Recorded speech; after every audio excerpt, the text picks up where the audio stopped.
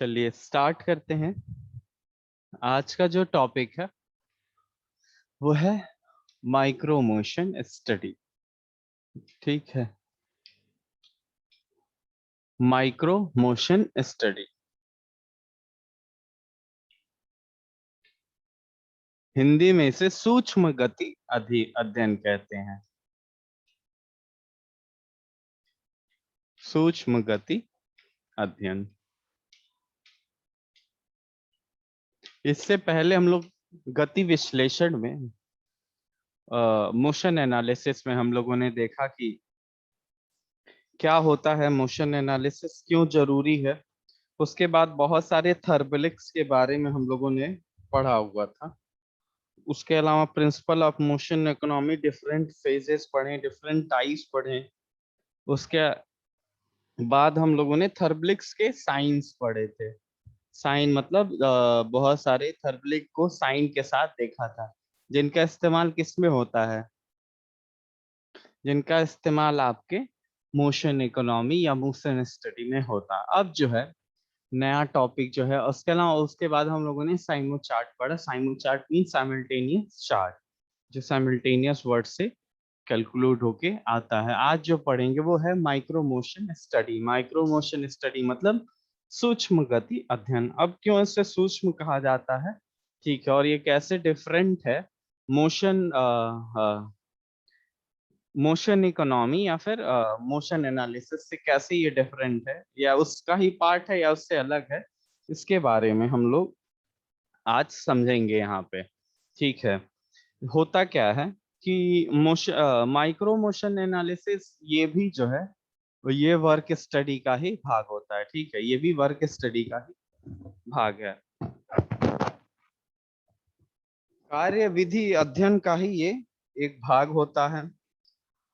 ठीक है, इसकी भी जो खोज है, इसकी जो खोज है वो फ्रैंक ने किया था और गिलब्रेथ ने किया था। गिलब्रेथ वही सेम गिलब्रेथ, वो ऐसे हैं कि आपका चाहे थर्बलिक्स हो, मोशन इकोनॉमी में उनका पूरा नाम ही आता है।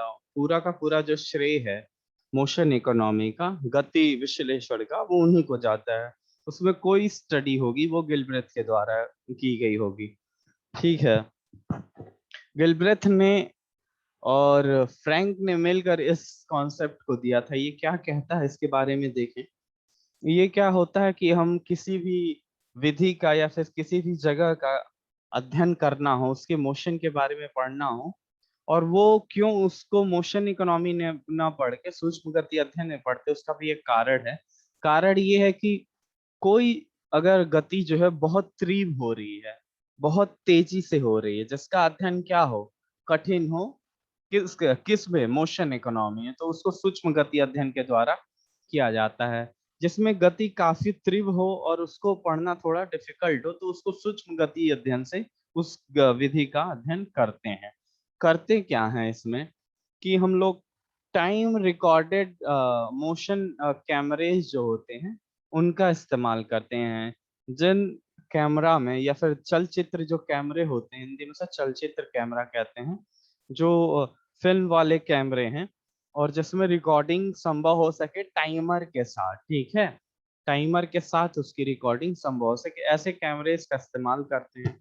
करते क्या है, उनको हम लोग जिस जगह पे कोई श्रमिक या वर्कर काम कर रहा है उस जगह पे हम उसको लगा देते हैं, और ऐसे स्थान पे लगाते हैं कि जहां से उसका पूरा का पूरा जो कार्य है वो नजर आए, उसकी पूरी की पूरी रिकॉर्डिंग हो सकते।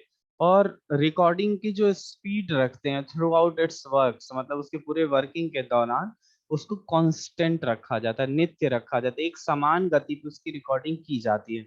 ना ही ज्यादा तेज, नहीं ज्यादा धीरे। ये डिपेंड करता है कि कार की रिकॉर्डिंग आपको किस तरह का कार्य है। ठीक है, बहुत तेजी गति से हो रहा है तो उसको थोड़ा स्लो करके हम लोग क्या करते हैं, रिकॉर्डिंग स्टार्ट करते हैं।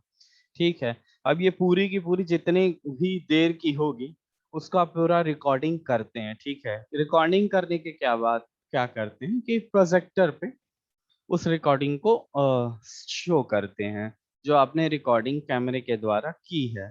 ठीक है, कैमरे में स्टॉप वॉच भी लगा रहता है, वो टाइमर के हिसाब से आपका अब स्टॉप वॉच की क्या जरूरत होती है ये भी समझ लें।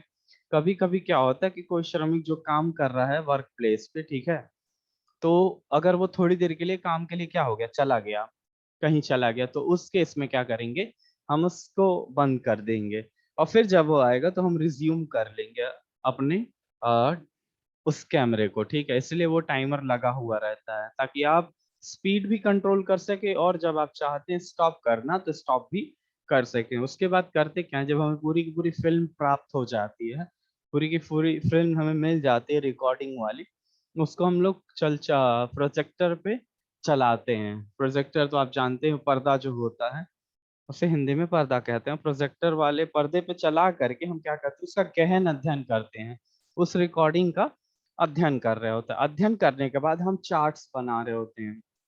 जब हम अध्ययन कर लेते हैं उस पूरी प्रोजेक्टर पे चल रही फिल्म जो है, तो उसके उससे रिलेटेड हम जो हमारा अध्ययन होता है उसका चार्ट बनाते हैं। चार्ट कुछ भी बन सकता है, जैसे साइमो चार्ट मैंने बताया था, साइमल्टेनियस चार्ट, वो भी बनता है, वो भी इस केस में बनाया जा सकता है। दोनों हाथों के इस्तेमाल करके आप नोट कर सकते हैं किस समय इस्तेमाल हुआ, किस समय नहीं इस्तेमाल हुआ, कितनी अवधि के दौरान इस्तेमाल हुआ। तो ये सारी बातें नोट करके साइमो चार्ट्स या डिफरेंट चार्ट्स भी बनाए जाते हैं, ठीक है। ऑपरेशन चार्ट यहाँ क्यों नहीं बन पाता ये भी आप समझ सकते हैं। ऑपरेशन चार्ट जनरली क्या होता है कि बहुत स्लो होता है, जहाँ स्लो प्रोसेस हो रहे हैं वहाँ ऑपरेशन चार्ट या मोशन एनालिसिस करते हैं जो स्लो हो, लेकिन सूक्ष्म गति का इसलिए करते हैं क्योंकि वो तीव्र रहता है, इसलिए यहाँ ऑपरेशन चार्ट इस्तेमाल जल्दी नहीं होता है। अब आपको एक और बात बतानी,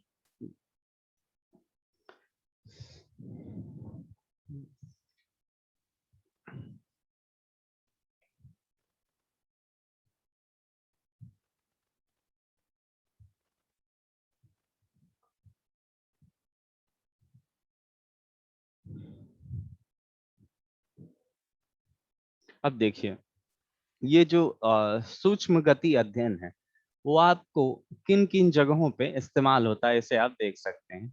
एक minute, micro motion, okay, now it is good. तो जो सूक्ष्म गति अध्ययन है वो किन किन जगहों पे इस्तेमाल होता है इनके बारे में मैं आपको बता देता हूँ। जहाँ पे जो गति है वो काफी तीव्र हो, ठीक है, गति तीव्र का मतलब बहुत तेजी से कोई काम हो रहा हो और हमें उसकी खामियों को पता करना हो, तो वहीं ये इस्तेमाल होता है। अब एक और बात आपको जाननी है कि क्या क्या स्टेप्स इन्वॉल्व होते हैं माइक्रो मोशन स्टडी में, कौन कौन से स्टेप्स इन्वॉल्व होते हैं उनके बारे में आपको जानना है। तो मुख्यतः 4 स्टेप जो हैं वो आपके माइक्रो मोशन स्टडी में इन्वॉल्व होते हैं। 4 जो हमारे चरण हैं माइक्रो मोशन स्टडी के वो निम्न इस प्रकार हैं। होता क्या है, सबसे पहला क्या क्या होता है कि जिस भी कार्य विधि का हमें अध्ययन करना होता है, ठीक है, उसकी पूरी की पूरी उस पूरे के पूरे कार्य की फिल्म खींची जाती है। क्या खींची जाती है? फिल्म खींची जाती है। लेकिन अब देखिए, ऐसा भी कर सकते हैं कि जो कार्य हो वो बहुत अलग अलग समय में भी तो हो सकता है। तो अगर ऐसा है तो उस केस में हम अब क्या करते हैं कि अलग अलग समय पे भी फिल्म खींच सकते हैं। ऐसा नहीं कि शुरुआत का खींचे या बाद का नहीं खींचेंगे, ठीक है। अगर डिफरेंट टाइम पे भी जो हमारा वर्क गिवन वर्क है वो हो रहा है तो अलग अलग टाइम पे भी उसकी फिल्म बनाएंगे। और घड़ी को ऐसे ही स्थान पे रखेंगे जहां पर क्या किया जा सके, उसके काम को अच्छे से रिकॉर्ड किया जा सके। घड़ी ऐसा नहीं रखेंगे कि जो सॉरी घड़ी कह रहे हैं, कैमरा जो है, कैमरा जो है और जो घड़ी है उसको एक साथ, आपके कैमरे में घड़ी भी लगी होगी, तो उसको इस प्रकार से रखेंगे कि जहाँ पे आपका जो श्रमिक है वो पूरा का पूरा उसके कार्य को देखा जा सके, ठीक है। और इस इसमें क्या होगा कि आप पूरे के पूरे विधि को रिकॉर्ड कर पाएंगे, पूरा का पूरा मेथड रिकॉर्ड कर पाएंगे। मेथड रिकॉर्ड करने के साथ साथ आप पूरे का पूरा टाइम भी रिकॉर्ड कर पाएंगे। घड़ी इसलिए लगी होती है कि आपको टाइम भी रिकॉर्ड करने का मिल जाता है। अब देखिए, समय मापन भी होता है इसमें। समय मापन 2-3 डिवाइसेस लगे होते हैं कैमराज में। उनके नाम एक है कि माइक्रो क्रोनोमीटर लगा होता है, उसका भी इस्तेमाल कर सकते हैं, उस डिवाइस का भी, वो भी टाइम नापता है। टाइम क्यों जरूरी है? क्योंकि यहाँ तीव्र गति से नापा जा रहा है। तो तीव्र गति के जो टाइम मेजरमेंट डिवाइसेस होंगे उनका एक्यूरेसी क्या होना चाहिए, बहुत अधिक होना चाहिए, उनकी सेंसिटिविटी काफी अच्छी होनी चाहिए। अब देखिए सेंसिटिविटी या एक्यूरेसी का क्या मतलब है, या फिर आप कह सकते हैं कि जो डिग्री ऑफ मेजर है टाइम मेजरमेंट का वो अधिक होना चाहिए। एक और डिवाइस होता है जिसे कहते हैं विंग काउंटर, ठीक है। विंग काउंटर भी काफी प्रिसाइज डिवाइस होता है टाइम मेजरमेंट करने का। देखिए टाइम मेजरमेंट एक विंक टाइम में जो है, जो विंग काउंटर होता है वो अपना जो टाइम है वो विंक में देता है, WYINK, ये स्पेलिंग है आपकी, ठीक है, विंक। इसमें जो होता है 0.0005 सेकेंड का टाइम हम नोट कर सकते हैं, इतना एक्यूरेसी इसके मेजरमेंट में होता है। अब जो अगला स्टेप है उसको सुने।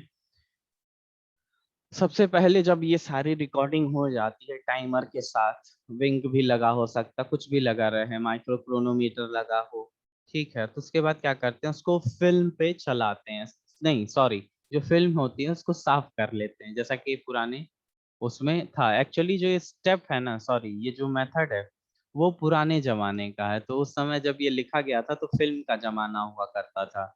जो कैमरेज होते थे, जो आपका कैमरा होता था वो फिल्म से रिलेटेड था, डिजिटल कैमरा उस समय नहीं हुआ था। तो उस समय का ये स्टेप है। तो उस समय कहा गया था कि आप अगर रिकॉर्डिंग कर ली हो तो आपको फिल्म को साफ करना पड़ेगा। फिल्म को साफ करने के बाद ही आप क्या करते हैं, वो देखने लायक होता है। तो यही इसमें स्टेप दिया हुआ है कि आप उस फिल्म को क्या कर लें, धो लें।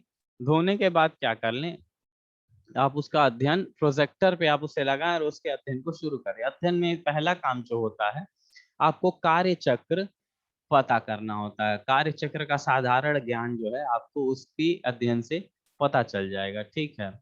अब वो साधारण ज्ञान का मतलब ये होता है कि नॉर्मल स्पीड से आप कैमरे को चलाएं, ठीक है, आप फिल्म प्रोजेक्टर पे चलाएं और उसका जो कार्य चक्र का मतलब होता है वर्क साइकिल, ठीक है, कितना टाइम ले रहा है वो पूरा का पूरा मेथड, ठीक है। अगला जो काम उसमें करते हैं, अब आपको कैसे पता चलेगा कि यहाँ पे ये खत्म हुआ काम और दूसरा काम स्टार्ट हुआ, तो हम इस जगह थर्बलिक का इस्तेमाल करते हैं। किसका इस्तेमाल करते हैं, थर्बलिक। थर्बलिक क्या होता है, हैंड मोशन। अब करते क्या है कि ऐसा काम या ऐसी जगह, ठीक है, जहाँ पे दोनों के दोनों हाथ एक ही काम को समाप्त किए हो या फिर शुरू किए हो, वहां से आप टाइम को ले सकते हैं, ठीक है।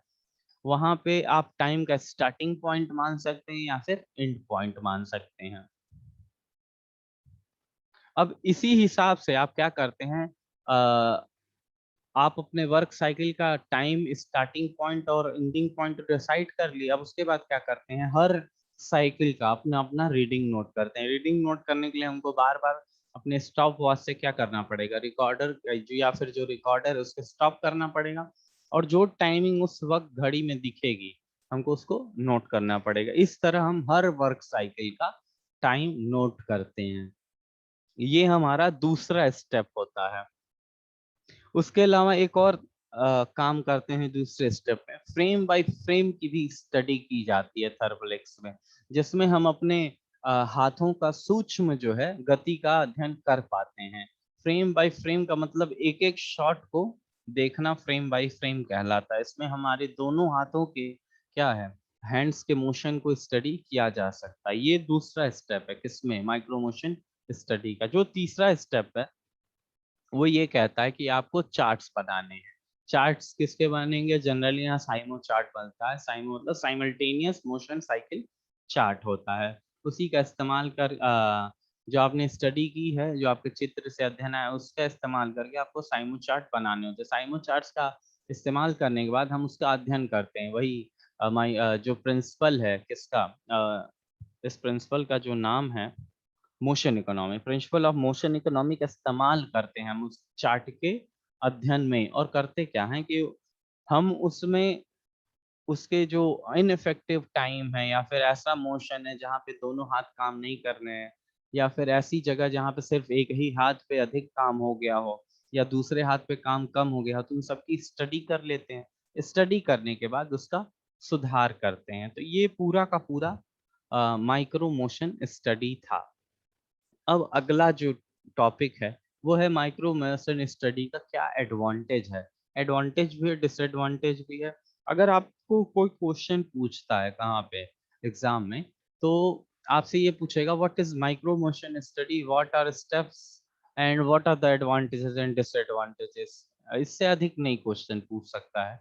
तो आपको उसमें लिखना होगा कि माइक्रो मोशन स्टडी एक मेथड स्टडी का ही एक भाग है, जहाँ पे अगर हमारा कोई काम बहुत तीव्र गति से हो रहा है, फास्ट मोशन हो रहा है, उसकी एनालिसिस में आप माइक्रो मोशन स्टडी कैसे यूज करते हैं। स्टेप्स आप लिख लेंगे कि हम इसमें क्या करते हैं। पहले रिकॉर्डिंग करते हैं, रिकॉर्डिंग के बाद उसके बाद पर्दे पर आते हैं, पर्दे के बाद वहाँ सूक्ष्म अध्ययन करते हैं, सूक्ष्म अध्ययन करने के बाद हम चार्ट बनाते हैं, चार्ट बनाने के बाद हम चार्ट्स को इंटरप्रेट करते हैं, उस पर मोशन इकोनॉमी लगा करके उसके विधि में सुधार करते हैं। तो ये 4 स्टेप जो हैं उसमें इन्वॉल्व हैं। ठीक है।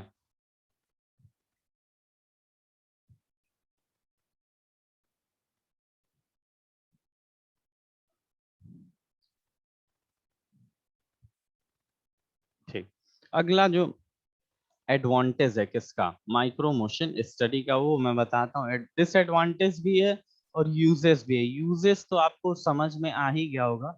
यूजेस जान ले कि देखिए, कार्य समय मापन का मतलब किसी कार्य का जो टाइम मेजरमेंट का टेक्निक है, आपको नहीं लगता ये जो सूक्ष्म गति अध्ययन है, इससे आप समय भी निकाल सकते हैं किसी भी किसका कार्य का, कि आप उसका समय क्या कर लें, आराम से निकाल सकते हैं। आप रिकॉर्डर लगाए हैं अपने किसमें, कैमराज में, मोशन कैमराज आपने इंस्टॉल कर रखा है, जिसमें स्टॉप वॉच भी है, घड़ियां भी हैं, मतलब टाइमर्स भी हैं। तो उनकी सहायता से हम क्या कर सकते हैं, टाइम मेजरमेंट का काम यहाँ कर सकते हैं। अब टाइम मेजरमेंट करने के बाद आपका एक फायदा ये होगा कि आप जो प्रोडक्शन प्लानिंग होता है, जैसे आप प्लानिंग करना है कितना टाइम आपको एक साइकिल में लग सकता है, या फिर प्रोडक्ट आने में एक स्टार्टिंग से लेकर अंत तक आपको कितना टाइम लगेगा, इसका प्लानिंग करने में आपको बहुत यूजफुल होता है। अगला जो इसका इस्तेमाल है वो ये कहा जाता है कि मेथड स्टडी में जितने भी टाइप ऑफ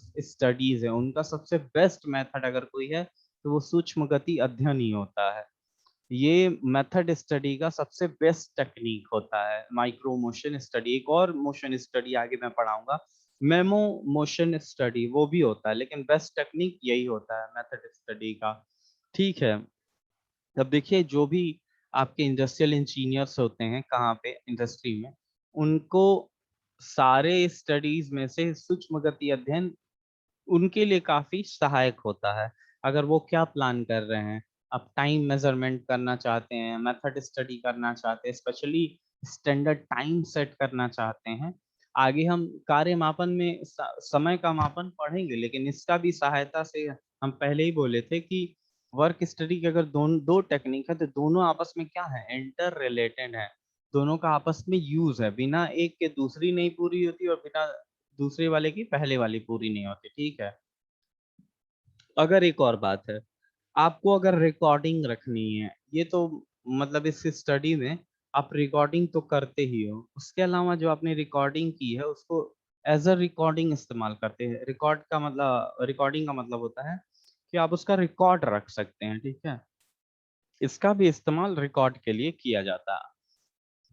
एक और बात है, इस जो ये जो मेथड है, उस उससे जो मोशन टाइम डेटा भी इकट्ठा होता। मोशन टाइम डेटा का मतलब ये है कि समय के स्वरूप हो या विथ रिस्पेक्ट टू टाइम आपका जो मोशन है वो कैसा हो रहा है, ये बात इस वाले मेथड स्टडी से पता चलता है। किसी समय आपका अधिक मोशन हो रहा है, किसी समय कम मोशन हो रहा है, कहने का तात्पर्य ये है। अगला जो है,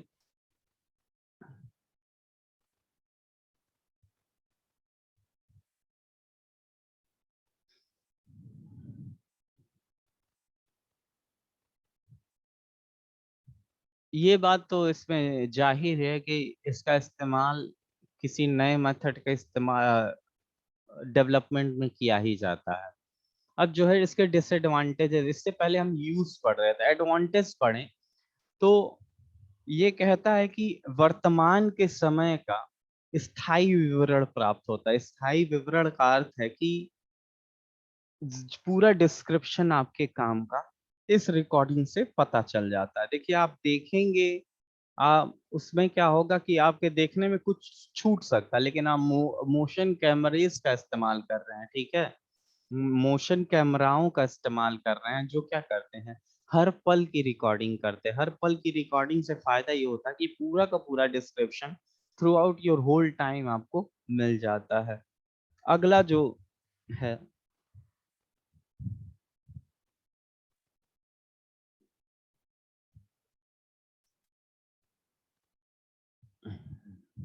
एडवांटेज जो अगला है, वो ये कहता है कि आप इस स्टडी को कहीं भी परफॉर्म कर सकते हैं। कहीं का मतलब ये है कि इसके लिए कोई स्पेशल अरेंजमेंट्स नहीं चाहिए होता। बस आप अपने वर्क प्लेस, आपका वर्क प्लेस जहाँ भी है, वहाँ पे ले जाके मोशन कैमरा इंस्टॉल कर दीजिए, आपका काम हो जाएगा। उसके अलावा एक और फायदा ये है कि अगर कोई बहुत सूक्ष्म गति है, सूक्ष्म गति का मतलब जहां पर के आंखों को देखना बहुत मुश्किल हो जाए, बहुत तेजी से गति हो जाता है, उसकी स्टडी भी इसके फायदे हैं, ठीक है। उसके अलावा बाकी सब फायदे आप लिख सकते हैं, आसान है।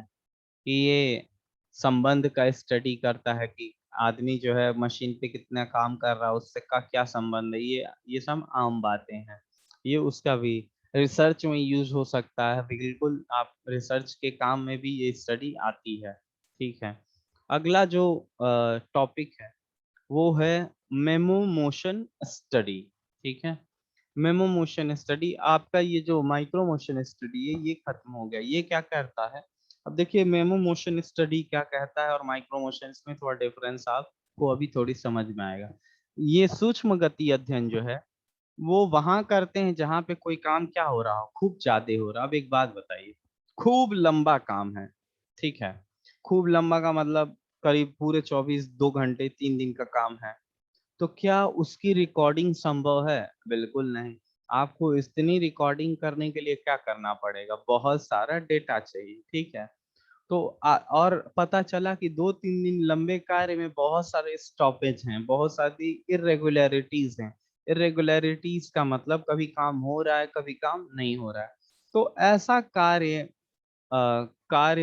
प्रकृति जहां पर, जैसे ऐसा नेचर हो वर्क का जहाँ पे काम बहुत लंबा हो, बहुत इरेगुलर हो, तो मेमो मोशन स्टडी की जाती है। मेमो मोशन स्टडी किस बात पे फोकस होता है, इसमें क्या करते हैं कि आप बड़े पैमाने पर तुलना नहीं करते हैं। होता क्या है कि हम इसमें फोटोग्राफी की इस्तेमाल करते हैं, वहां पे मोशन कैमरेज का इस्तेमाल करते थे, यहाँ पे फोटोग्राफी का इस्तेमाल करते हैं। जिस क्षण या जिस जगह या जिस वक्त पर आपको स्टडी करनी है, क्योंकि बहुत लंबा होता है, तो अगर आप मोशन कैमरा इस्तेमाल करेंगे तो बहुत डेटा खाएगा, लेकिन अगर आप फोटोग्राफी का इस्तेमाल कर रहे हैं तो वो कम समय में हो जाएगा, कम मेमोरी खाएगा। उसके अलावा क्या होगा कि जब जरूरत होगा तब हम इसका इस्तेमाल कर सकते हैं। उस टाइम हम स्टार्ट कर दें फोटोग्राफी और फिर बंद कर दें जब वो खत्म हो जाता है। जिस टाइम और इरेगुलर इन नेचर वर्क के लिए है, मतलब असामान्य समय पे जब शुरू हो जा रहे हैं तब भी आप फोटोग्राफी क्या कर सकते हैं, इस्तेमाल कर सकते हैं। यही मेमो मोशन स्टडी का इस्तेमाल है। अब देखिए एक और इस्तेमाल इस मेमो मोशन स्टडी का लिखा हुआ है, वो ये कहता है कि जब बहुत सारे लोग एक साथ काम कर रहे हो, ठीक है। तो अब समझिए कि आप कैमरा इंस्टॉल किए, ठीक है। कोई वहां काम कर रहा है, कोई वहां काम कर रहा है, कोई किसी और प्लेस पे काम कर रहा है। तो ये बहुत डिफिकल्ट हो जाता है कि आप कैमरे की रिकॉर्डिंग सबकी इंडिविजुअल कर पाए। एक साथ भी नहीं कर पाएंगे। क्यों नहीं कर पाएंगे? क्योंकि वर्क प्लेस में थोड़ी बहुत आवाजाही तो होती है, तो उसका रिकॉर्डिंग संभव नहीं है। तो आप एक अलग तरीका क्या अपनाते हैं, उसी को मेमो मोशन स्टडी, मेमो का मतलब होता है कि कुछ क्षण का या फिर कुछ समय के लिए, ठीक है। उसमें क्या करते हैं कि हम फोटोग्राफी तो कर सकते हैं ना, कि अलग अलग फोटोग्राफी कर लिए, जिससे हमारा समय भी बचेगा, क्योंकि लंबा काम है तो सबका तो पॉसिबल है नहीं। अगर 8 घंटे का सबका शिफ्ट है, तो अगर 3 लोग काम कर रहे हैं तो 8 घंटे उसका रिकॉर्डिंग, 8 घंटे उसका रिकॉर्डिंग और 8 घंटे उसका रिकॉर्डिंग, तीनों का रिकॉर्डिंग करने में क्या लगेगा, आपको कम से कम 24 घंटे लग जाएंगे। लेकिन आप फोटोग्राफी कर रहे हैं तो स्पेशली जब आपको जरूरत है तब करेंगे फोटोग्राफी, तब आपका कम समय लगेगा, तो लंबा भी नहीं होगा। तो यही डिसएडवांटेज है किसका, माइक्रो मोशन स्टडी का। वो ये कहता है कि अगर पूरा कार्य चक्र का हमें स्टडी करना हो तो फिल्म का जो इस्तेमाल है, जो आपकी पुराने जमाने के कैमरे से होता था ना, तो समय फिल्म चलता, तो फिल्म का जो इस्तेमाल है वो बहुत बहुत अधिक होता था। ठीक है, ये अब फिल्म की इस्तेमाल अधिक होगा तो आपका पैसा भी खर्च होगा उसके फिल्म को खरीदने के लिए। ठीक है, तो ये हानि है किसका, माइक्रो मोशन स्टडी का, जो आपने पहले देखा हुआ है। और एक और हानि है कि बहुत बड़े कार्य रहे, जैसे जो दिन दिन भर के काम, हफ्ते हफ्ते भर के काम हो, अगर लंबे लंबे कार्य हो रहे हैं, तो बड़ी क्रियाओं में इसका इस्तेमाल नहीं किया जा सकता है। ठीक है, इसीलिए मेमो मोशन स्टडी कॉन्सेप्ट में आया कि आपको अगर बहुत बड़ा काम हो, इरेगुलर काम हो, तो आप मेमो मोशन स्टडी कर सकते हैं। अब देखो मेमो मोशन स्टडी कैसा था, इसमें भी टाइमिंग डिवाइस लगा देते हैं हम लोग कैमराज में।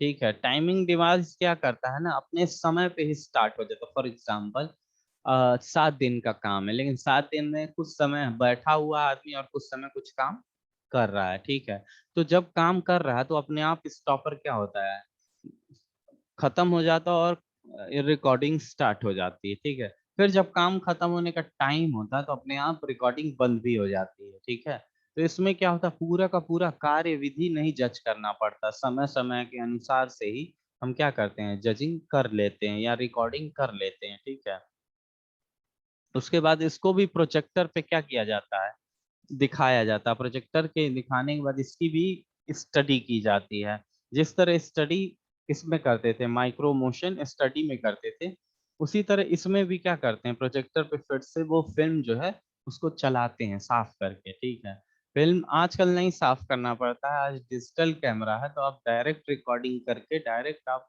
प्रोजेक्टर्स पे चला सकते हैं। लेकिन पुराने जमाने की चूंकि ये विधि बहुत साल पुरानी है, तो उस समय फिल्म कैमरास चलते थे, तो उसकी हेल्प से हम क्या करते थे, रिकॉर्डिंग करते थे। इसलिए यहाँ बार बार फिल्म फिल्म की बात की जा रही है, आजकल मेमोरी में यूज होता है। अब जब आप प्रोजेक्टर पे आप पूरी की पूरी फिल्म चलाएंगे तो उसका अध्ययन करेंगे, और उस अध्ययन में आप प्रिंसिपल ऑफ मोशन इकोनॉमी का इस्तेमाल करेंगे, जो ये कहता है कि आप किसी काम के गति को कैसे कम से कम न्यूनतम कर सकते हैं, जिससे थकान क्या हो, कम से कम हो। ये प्रिंसिपल ऑफ मोशन इकोनॉमी जो मैंने कल वाले क्लास में बताया था।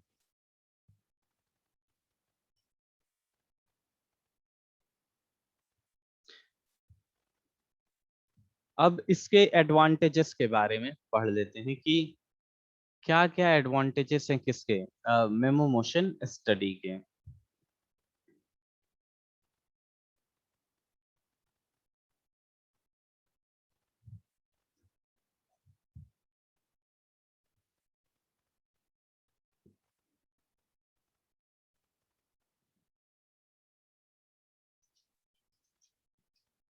चलिए, अब देखिए एक बात मैं आपको बता दूं कि ये वाला जो मेथड है मेमो मोशन वाला, और इसके पहले जो सूक्ष्म गति अध्ययन था, उसमें एक डिफरेंस है। वो ये डिफरेंस है कि वो तीव्र गति से और छोटे छोटे कार्यों के लिए इस्तेमाल हो सकता है, यहाँ लंबे कार्य हो रहे हैं उसके लिए इस्तेमाल। तो आपकी फिल्म की जो है, अगर आप फिल्म इस्तेमाल कर रहे हैं, रिकॉर्डिंग है, तो उस फिल्म का बचत होता है। क्या होता है, आपका बचत होगा।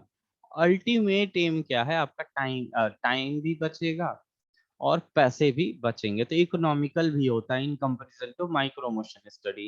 Micro motion study is more what, costlier than no motion study because it takes more films to do a recording.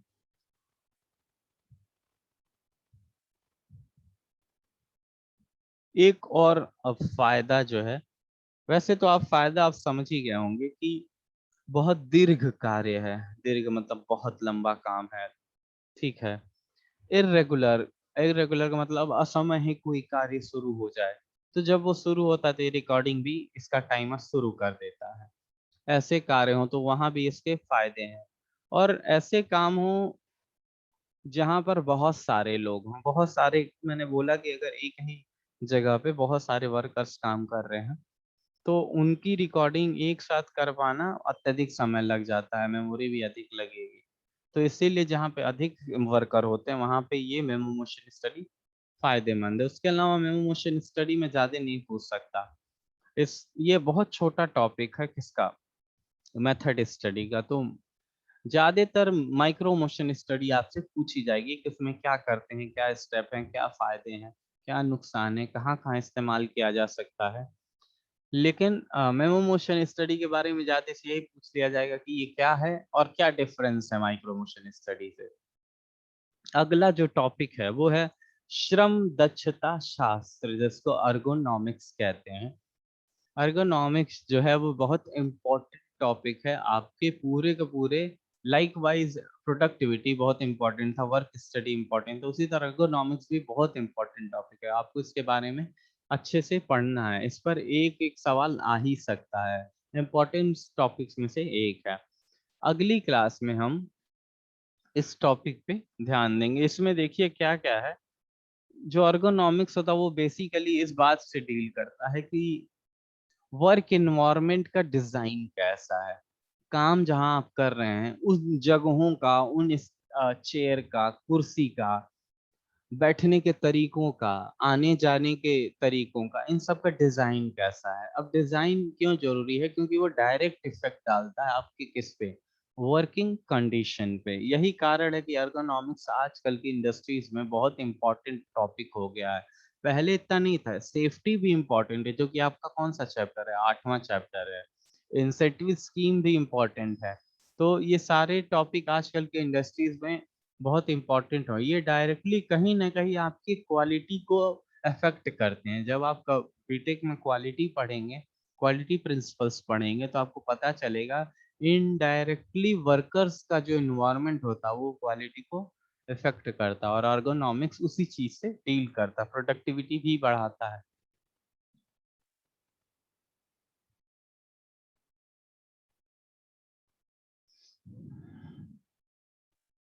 और ये इस चैप्टर का गति विश्लेषण का ये अंतिम टॉपिक होगा, कल खत्म हो जाएगा ये टॉपिक। उसके बाद जो है आपका बचेगा कार्य मापन, वर्क मेजरमेंट, जिसमें हम लोग टाइम मोशन स्टडी एक साथ करते हैं। अभी इससे पहले आपने टाइम मोशन स्टडी कर लिया हुआ है, ठीक है, जो मेथड स्टडी का ही भाग है। मेथड स्टडी किसका भाग है,